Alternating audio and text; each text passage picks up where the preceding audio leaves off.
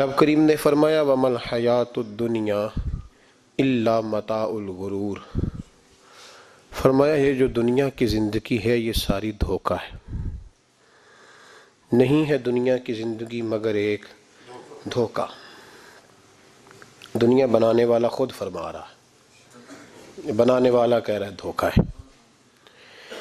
دنیا کو اللہ تعالیٰ نے عمل کی جگہ بنایا ہے، دار الاسباب بنایا ہے، نیکی کرنے بھیجا ہے، حقوق العباد ادا کرنے ہمیں بھیجا ہے، یہاں بیٹھ کر اپنی جنت کی تیاری کرنے کے لیے بھیجا ہے، دوزخ کی آگ کو ٹھنڈا کرنے کے لیے بھیجا ہے۔ یہ جو مزاج امت مسلمہ نے اپنایا ہے کہ دنیا جمع کرنا، دولت اکٹھی کرنا، اپنی زندگی کی دوڑ پیسوں سے شروع کرنا اور پیسوں پہ ختم کرنا، اس کو پسند نہیں کیا نہ اللہ نے نہ اللہ کے رسول صلی اللہ علیہ وسلم۔ رزق حلال کمانے کو عبادت کہا، لیکن مقصود رزق حلال نہیں، مقصود اللہ کی ذات ہے، مقصود اللہ کے رسول صلی اللہ علیہ وسلم کی ذات ہے۔ ہمارے ہاں بڑی ترتیب کے ساتھ یہ چیز نسل در نسل منتقل ہو رہی ہے کہ پیسہ کیسے جمع کرنا ہے۔ بچہ بڑا سیٹ ہے جی، کس طرح سیٹ ہے؟ کہتے ہیں ڈھیر سارے پیسے کماتا ہے، امپورٹ ایکسپورٹ کا بزنس ہے، مال بھیجتا بھی ہے، منگاتا بھی ہے، بڑا سیٹ ہے۔ تو بچے سے پوچھا بیٹے تیرا کیا حال ہے، تو سیٹ ہے؟ کہتا بڑی تکلیف میں ہوں، سوتا بھی ہوں تو کانوں میں فون کی گھنٹیاں بجتی رہتی، آزمائش کا شکار ہوں، صبح و شام تکلیفوں میں وقت بیتتا ہے۔ یہ کس طرح کا سیٹ ہے بچہ؟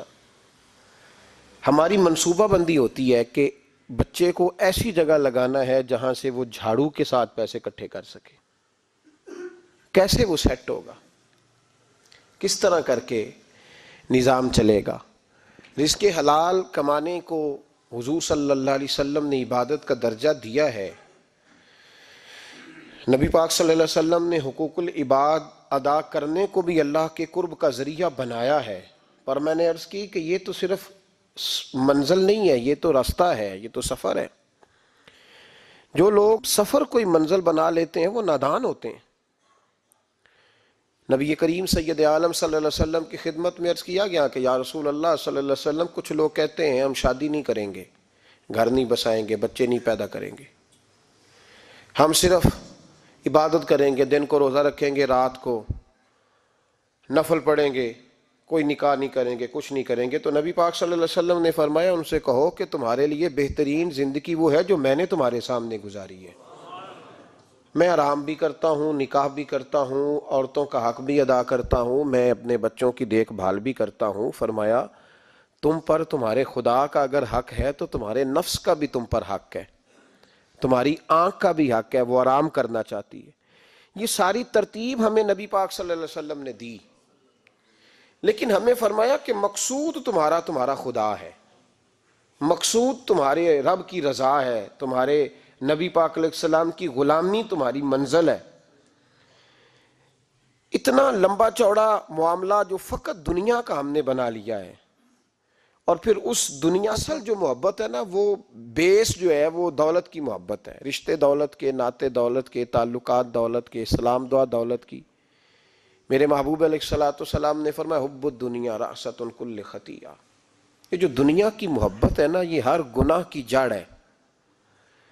جب انسان دنیا کی دولت سے پیار کرنے لگ جاتا ہے پھر وہ قتل بھی کرتا ہے، پھر وہ ظلم بھی کرتا ہے، پھر وہ زیادتی بھی کرتا ہے، پھر وہ حرام بھی کھاتا ہے، پھر وہ یتیم کو بھی لوٹتا ہے، پھر بیوہ کا مال کھانا بھی اسے پریشان نہیں کرتا، پھر کروڑوں روپیہ ہضم کر لیتا ہے، لکڑ پتھر ہر چیز اس کو ہضم ہونے لگتی ہے۔ اصل بات یہ ہے کہ اسے محبت دنیا کی دولت سے ہو گئی ہے۔ ایک بزرگ کے پاس ایک نوجوان آیا، اس نے کہا حضرت جی میرا نماز میں دل نہیں لگتا۔ تو بزرگ فرمانے لگے تیرا مسئلہ اصل یہ نہیں، تیرا مسئلہ اور ہے۔ نے کہا حضور سمجھا دیں۔ تو وہ فرمانے لگے کچھ بندے ایسے ہیں جو تمہیں ٹیلی فون کرتے ہیں اور تم ان کا فون نہیں اٹھاتے، اور کچھ ایسے ہیں جن کو تم دن میں خود 3 دفعہ فون کر کے حال پوچھتے ہو۔ حضور کیا مطلب؟ فرمانے لگے جس سے پیار نہیں نا، اس سے اظہار بیزاری ہے تو اس کا فون بجتا رہے تو کہتے ہیں میں تھا نہیں، میں موجود نہیں تھا، فون چارجنگ پہ تھا، گھر چھوڑ گیا تھا، بہانہ ہے۔ اور جس سے محبت ہے اس کو ٹیلی فون کر کے کہتے ہیں آپ پریشان تو نہیں ہوتے، بس میرا سلام لینے کو دل کر رہا تھا۔ فرمانے لگے کہ تیرا اصل مسئلہ یہ ہے کہ تو نے محبت نہیں کی اللہ رسول سے۔ اگر تیرا خدا رسول سے پیار ہوتا تو یہ جملہ کیسے آتا کہ نماز کو دل نہیں کرتا؟ پھر تو تیرا تہجد کو بھی دل کرتا، پھر تو تیرا ہر وقت قرآن پاک سینے سے چمٹائے رکھنے کو دل کرتا، اس لیے کہ تیرا مقصود اللہ کی ذات ہوتی۔ کیونکہ مقصود دنیا داری ہے، مقصود دولت بنا لیا معاذ اللہ، مقصود ایک رنگ بنا لیا ہے، اس کا نقصان قوم اٹھا رہی ہے۔ نقصان رشتوں میں، نعتوں میں حسن نہیں رہا، پیار نہیں رہا، ترتیب نہیں رہی۔ ایک ناروے سے دوست نے فون کیا، مجھے کہنے لگے آپ بڑی تقریریں کرتے ہیں، کوئی ہمارے حق میں بھی کر دو۔ تو میں نے کہا کہ آپ کو کیا ہے؟ کہنے لگے آپ پردیسیوں کی مجبوریاں نہیں سمجھتے۔ میں نے کہا کیا ہوا؟ کہنے لگے حضرت جی شکوہ ہے کہ ہمارے اپنے ہمیں جب بھی فون کرتے ہیں وہ یہ نہیں پوچھتے کہ شام کا کھانا کھایا ہے کہ نہیں کھایا، وہ کہتے ہیں وہ شادی آ گئی ہے تو جلدی کرو، پیسے بھیج دو، فٹافٹ کرو۔ کہتے ہیں کبھی کسی نے ہم سے ہمارا حال ہی نہیں پوچھا، کبھی کسی نے یہ غور ہی نہیں کیا کہ وہ پردیس میں گیا ہے، اور انشاءاللہ پردیسی کوئی بھی نہ تھی وے ککھ جنا تو پارے تاڑی مار اڑانا باہو اسی آپ پہ ہی اڈن ہارے۔ تو تیار بیٹھے ہیں، حال ہی کوئی نہیں پردیس میں۔ یہاں حال یہ ہے کہ جو فون کرتا ہے، ایک بزرگ کہنے لگے کہ 22-23 سال دیے ہیں پردیس کو، تو اپنی ہی بیوی کو فون کیا ہے کہ اب نہیں ہوتا، گھٹنوں میں درد رہتا ہے، کمر کمزور ہو گئی ہے، اب میرا دل کرتا ہے گھر آؤں اور میں اپنے گھر میں بیٹھ کے بچوں کے بیچ بیٹھ کے روٹی کھاؤں۔ اعصاب کمزور ہو گئے ہیں، دل کی دھڑکن تیز رہتی، پتہ نہیں کب وقت آ جائے۔ تو کہتے ہیں میری بیوی جسے میرے دکھ سکھ کا ساتھی ہونا چاہیے، وہ کہتی ہے چلیں 3-4 سال اور لگا لیں پھر آ جانا۔ وہ بھائی کیا اس شخص کے ساتھ کیا تعلق ہے؟ اس کا بھائی اسے فون کرتا ہے تو کہتا ہے میں پیسے دے دوں گا، جب آؤ نا تو ایک موبائل ضرور لے آنا۔ اس کو لوگ فون کرتے ہیں، رابطہ کرتے ہیں کہ جناب وہ ایک چھوٹی سی چیز، وہ میں پیسے دے دوں گا، تو پیسے دینے ہیں تو یہاں سے کون سی چیز نہیں ملتی؟ صرف فرمائشیں، لوگوں کے ساتھ تعلق صرف جیب کا، رشتہ صرف جو ہے وہ تعلق صرف اس چیز کا کہ وہ آدمی ایک ATM مشین ہے تو فٹافٹ کارڈ ڈالو تاکہ آپ کے حصے کے پیسے نکل آئیں۔ یہ مزاج اس نے نقصان کیا ہے، دراڑیں پڑ گئی ہیں، حالات بگڑ گئے ہیں۔ میرے نبی کریم سید عالم صلی اللہ تعالی علیہ وسلم نے رشتوں کو جو وقار دیا، تو امام غزالی رحمۃ اللہ تعالی علیہ نے لکھا ہے مکاشفۃ القلوب میں، فرماتے ہیں کچھ لوگ قیامت کے قریب آئیں گے جن کے نبی پاک صلی اللہ علیہ وسلم نے نشاندہی کی ہے، ان کے پاس کوئی شخص نہ بیٹھے ورنہ اس کا دل کالا ہو جائے گا۔ کہ حضور وہ کون سے؟ تو فرمانے لگے نبی پاک نے کچھ لوگ بتائے ہیں، ان کے پاس نہیں بیٹھنا۔ کون سے؟ مصطفیٰ کریم نے فرمایا یحبون الدنیا وینسون الآخرہ، جو دنیا کو سے پیار کرنے لگیں اور آخرت کو بھول جائیں۔ امام صاحب فرماتے ہیں ان سے دور رہنا، دل کالا ہو جائے گا۔ یحبون المال وینسون الحساب، وہ جو نبی پاک نے فرمایا نا کچھ لوگ آئیں گے جو مال سے تو پیار کریں گے پر اس کے حساب کو بھول جائیں گے، ان سے بچنا۔ فرمایا یحبون القصور وینسون المقبرہ، جو مکانوں سے تو پیار کریں گے پر اپنی قبروں کو بھول جائیں گے۔ اور فرمایا ان لوگوں سے بھی بچ کے رہنا، ان سے بھی پرہیز کرنا کہ جو لوگ یحبون الخلق وینسون الخالق، جو لوگ مخلوق سے تو پیار کریں گے، بندوں سے بڑا پیار کریں گے لیکن اپنے رب کو بھول جائیں گے، ان لوگوں سے بھی بچیں۔ ایسے لوگوں سے نبی پاک صلی اللہ علیہ وسلم نے نشاندہی کی، ان سے بچیں۔ تعلقات میں خلوص ہوتا ہے، جب کوئی آپ کی غربت سے پیار کرتا ہے تو وہ آپ کا اصل دوست ہوتا ہے، جب وہ آپ کی تنہائیوں سے آزمائشوں سے پیار کرتا ہے تو اس کا آپ کے ساتھ رشتہ خالص ہوتا ہے۔ جو آدمی دولت کو دیکھ کر پیار کرے اور دولت کو دیکھ کر آپ کے ساتھ وابستگی کا اظہار کرے تو اس شخص کا پیار سیدھا سیدھا، میرے رسول پاک سید عالم صلی اللہ علیہ وسلم نے ہمیں استغنا کا حکم دیا ہے، بے نیازی کا، یہ دنیا داری میں الجھنا، دنیا کے بن کے جینا، دنیا کے ہو کے رہنا. آپ یقین کریں سارے رشتے، میں نے سعودی عرب میں پیر دیکھے، پیر مریدوں کی لسٹیں لے کے جاتے، ان کو ٹیلی فون ہوتا ہے تمہارے پیر صاحب آ گئے ہیں، تم بھی پہنچ جاؤ. ٹھنڈی بوتلیں لے آنا آتی دفعہ، وہاں وزن اٹھایا نہیں جاتا واپسی پہ. ہمارے کئی سنگی ناراض ہو گئے، حضرت آپ آتے ہیں تو آپ بتاتے نہیں. تو میں کہتا ہوں یہاں بھی یہی کام کرنا ہے، ہم تو اپنے گناہوں کی معافی لینے آئے، تو ہم جس کام آئے ہمیں کرنے دو، کیوں الجھاتے ہو؟ وہاں جا کے بھی جہاں خالصتاً انسان کا رجوع اللہ کا وقت ہے، وہاں بھی وہی حالات پیدا ہو گئے، ہر طرف دنیا داری. اور یہ پیروں کی بات کرتا ہوں تو آپ بڑے مسکراتے ہیں، میں نے بڑے بڑے مفت خورے دیکھے ہیں، بڑے بڑے، اور یہ ہر طبقے میں ہوتے ہیں، ہر طبقے میں. ایک صاحب مجھے ایئرپورٹ پہ ملے، کہنے لگے جی کتنے دن رہا ہوں، ماشاءاللہ ایک دن بھی روٹی جیب سے نہیں کھائی. میں نے کہا بڑے کامیاب ہو کے آ رہے ہیں آپ، یہ تو بات باعث فخر ہے، جا کے کسی اخبار میں فوٹو چھپاؤ. کہنے لگے جی بڑے دوست، بڑے سنگی، بڑے کوئی ادھر سے کوئی چیز لے کے آ رہا ہے ادھر سے. تو میں نے کہا یہ کوئی فخر والی بات ہے، کوئی بتانے والی بات ہے؟ تلہ کی بڑا ہے جی بھائی، مفت خوری کا مزاج، اور توجہ رکھنا کہ اب اس سے مجھے کیا مل سکتا ہے، اور اگر کوئی نہیں لے کے آیا واپس گیا تو شکوہ کرنا، دیکھو چل کے آ گیا، اس کو خبر ہی نہیں کہ جاتے دفعہ چلو بندہ 6 بوتلیں لے جائے، کیا فرق پڑتا ہے. یہ کمزور ذہن ہے، یہ دنیا داری ہے، یہ نفس پرستی ہے، یہ پیسے کی غلامی ہے. میرے نبی پاک صلی اللہ علیہ وسلم نے فرمایا جو رب کے بندے ہوں گے ان کے قیامت کے دن چہرے چمک رہے ہوں گے. تو یا رسول اللہ صلی اللہ علیہ وسلم اس کے علاوہ بھی کچھ بندے ہیں؟ فرمایا لعن عبد الدنیا وعبد الدرہم. فرمایا کچھ دنیا کے بندے ہیں، کچھ درہم کے بندے ہیں، ترجمہ یوں کر لو کچھ ڈالروں کے بندے ہیں. یہ حدیث مشکات میں موجود ہے. ڈالر کے، ریال کے، لاکھ کے، کروڑ کے بندے. حضور وہ کون ہے؟ فرمایا لعن عبد الدنیا وعبد الدرہم. جو دنیا کا اور دولت کا بندہ بنے وہ لعنتی ہے، ملعون ہے.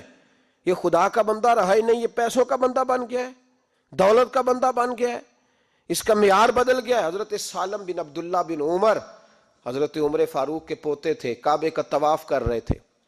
طواف مکمل ہوا، 8واں استلام کر کے مقام ابراہیم کے پاس نماز پڑھنے لگے تو خلیفہ وقت کا آ گیا، گورنر.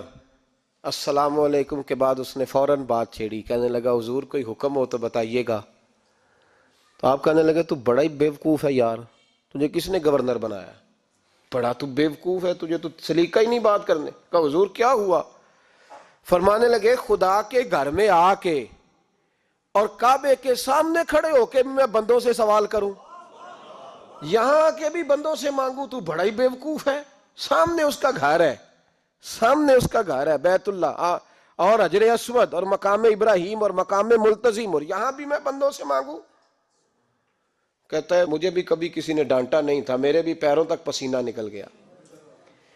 تو میں مسجد الحرام سے باہر نکل کے، یوں سمجھ لیں کہ جب لوگ باب عبدالعزیز سے یا باب فہد سے باہر آ جاتے ہیں، کہتے ہیں باہر نکل کے نا میں کھڑا ہو گیا. میں نے کہا چلو فارغ ہو کے آتے ہیں تو بات کرتا ہوں. حضرت فارغ ہو کے آئے تو میں نے کہا حضور اب تو بیت اللہ سامنے نہیں، اب بھی کوئی سوال کرے. تو فرمانے لگے اچھا ضروری ہے؟ کہا حضور ضروری ہے. تو فرمانے لگے چل پہلے بتا تجھ سے دین مانگوں کہ دنیا مانگوں، بول. تو کہنے لگا حضور میرے پاس تو دنیا ہی ہے، دین تو آپ کے پاس ہے.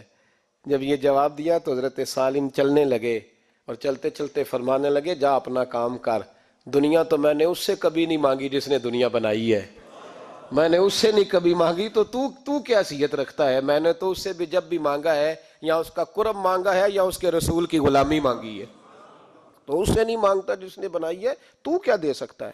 تیری کیا حیثیت ہے؟ تو بھائی ان لوگوں نے قریب پھٹکنے نہیں دیا، ان کے قریب یہ چیز آئی نہیں، بے نیاز لوگ تھے، توجہ ہی نہیں تھی.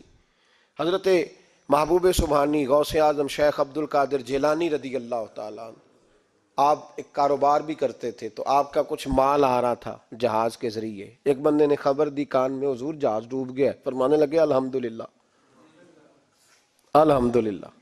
ڈوب گیا جناب، یہاں جہاز ڈوب جائے تو بندہ بھی ڈوب جاتا ہے. کہتے ہیں صاحب انتقال کر گئے، 10 لاکھ کا نقصان ہو گیا تھا، مال ڈوب گیا پورا جہاز ہی. فرمایا الحمدللہ، اور تم نے جلدی کی خبر دینے میں سبق پڑھا رہا تھا، کیوں مجھے دخل اندازی دی تم نے میرے کام میں، کیوں دخل اندازی کی؟ سب الحمدللہ. تھوڑی دیر کے بعد اس نے پھر کان میں کہا حضور وہ غلط خبر تھی، جہاز بچ گیا۔ فرمانے لگے الحمدللہ۔ پھر شاگردوں سے کہنے لگے میرا چہرہ دیکھ رہے تھے پہلی خبر کے بعد بھی، اس خبر کے بعد بھی؟ کہا حضور دیکھ رہے تھے۔ فرمایا کوئی تبدیلی تو نہیں آئی؟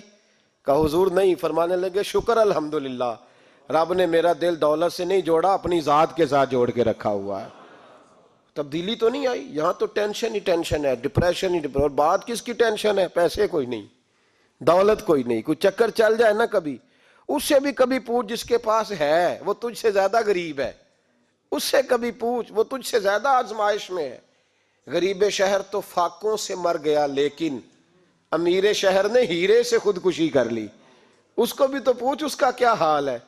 دانش منداں دا کم نہیں، دل دنیا نہ لانا، اس ووٹی کئی خامد کیتے تے جو کیتا سو کھانا۔ یہ تو کام ہے اس کا، بڑے آئے بڑے چلے گئے، بڑے آئے بڑے نکل گئے، توجہ ہی نہیں، مزاج ہی نہیں۔ حضرت مولا علی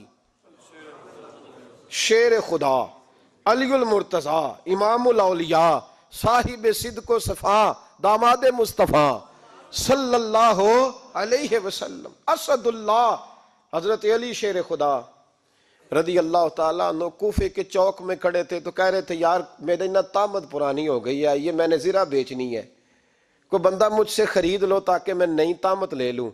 تو ایک بندہ کان میں کہنے لگا حضور طامت کے پیسے بھی نہیں؟ فرمانے لگے پیسوں کو چھوڑ، علی کا سینہ دیکھ، اللہ نے ایمان کی دولت سے بھرا ہوا ہے۔ پیسے اہمیت نہیں رکھتے، ان کی وہ اہمیت نہیں جو دنیا نے بنا لی ہے۔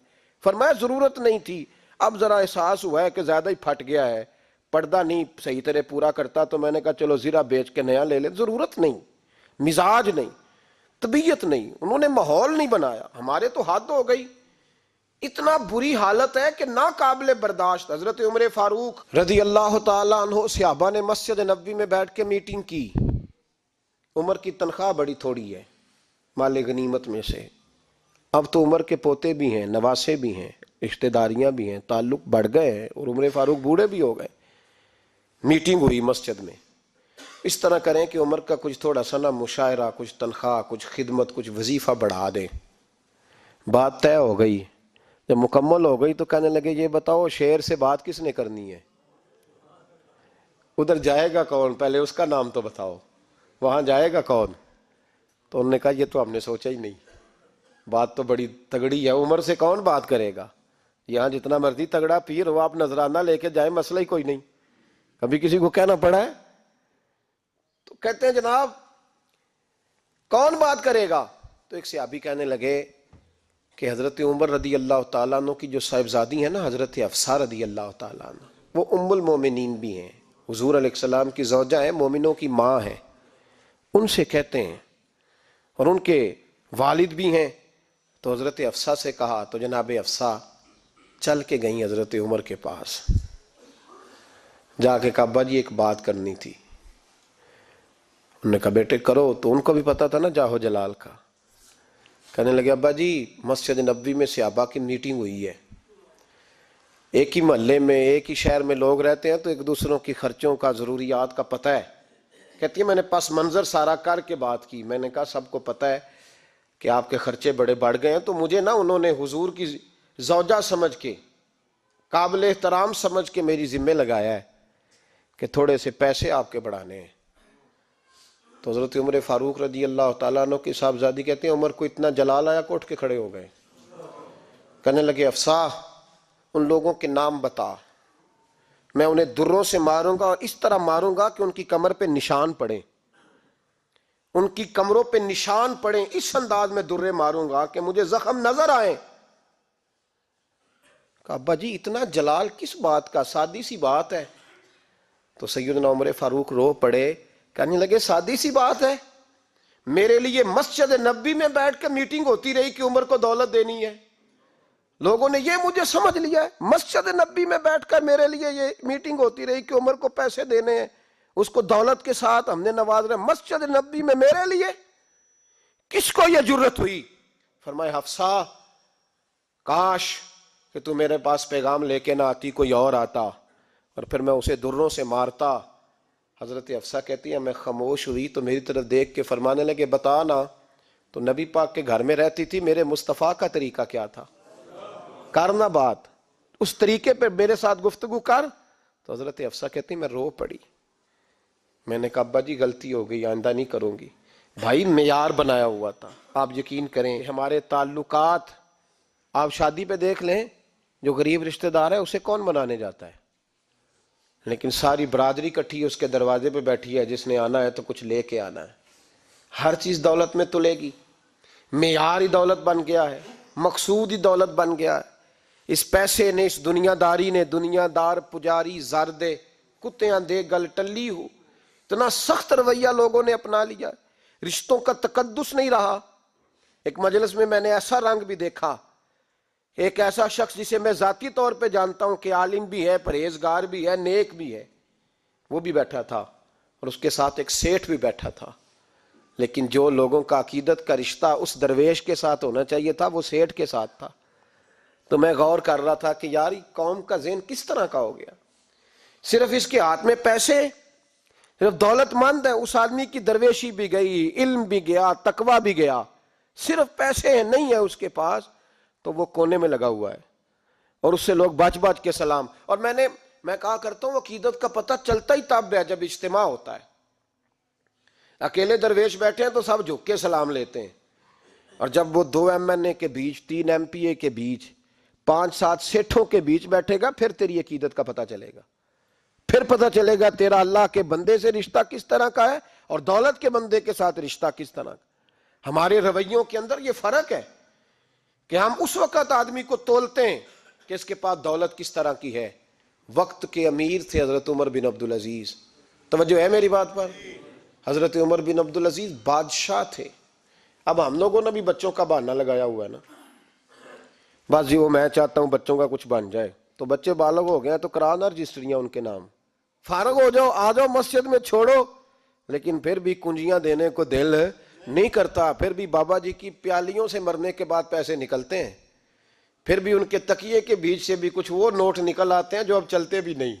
گزر گیا زمانہ، جو لگتے ہی نہیں. بزرگ ناراض نہ ہو جائیں لیکن جو بات کر رہا ہوں بہرحال اس کے پیچھے کچھ پس منظر ہے. یہ بھی بہانہ ہے. بینک بیلنس اپنے نام، زمین جائیداد ساری اپنے نام، اور کمائی کس کے لیے کر رہا ہے؟ بچوں کے لیے. نام کس کا لے رہا ہے؟ بچوں کا. یہ کس طرح کا بچوں؟ بہانہ نہ لگاؤ، صاف کہو کہ اپنے لیے کما رہا ہوں. صاف کہو. کیوں بچوں کا نام لیتے ہو جب ہر چیز کی کنجی تو رکھی ہوئی ہے باندھ کے اپنے ساتھ؟ حضرت عمر بن عبدالعزیز بادشاہ تھے. آواز دی، گھر میں بیٹھے، بیٹی پانی کا پیالہ تو لاؤ. بیٹی خاموش ہو گئی. ساتھ والا کمرہ بیٹی کا. پھر آواز دی، بیٹے سن رہی ہو؟ کہ ابا جی سن رہی ہوں. پانی کا پیالہ دینا. بیٹی خاموش ہو گئی. تیسری آواز دی تو زوجہ پانی لے کے آ گئی. نے کہا حضور پانی. حضرت عمر بن عبدالعزیز کو غصہ آیا، کہنے لگے بچے کس لیے ہیں؟ وہ خود کیوں نہیں آئی؟ اب اتنی نافرمان ہو گئی ہے کہ ایک پیالہ پانی کا باپ کو نہیں دے سکتی، کیوں نہیں آئی؟ تو زوجہ کہنے لگی چلیں درگزر کریں. اس نے کہا ابا کو نہیں بتانا، پی لیں. کیوں نہیں بتانا؟ بتاؤ کیوں نہیں آئی؟ میں نے اس کو پکارا تھا، تمہیں پکارتا تو تم آتی، تمہیں بتانا پڑے گا. جب بات ذرا آگے بڑھی تو ماں تھی نا، بات بیٹی کی تھی، تو اماں رو پڑی، آنکھوں میں آنسو آئے. کہا کیوں روئی ہو؟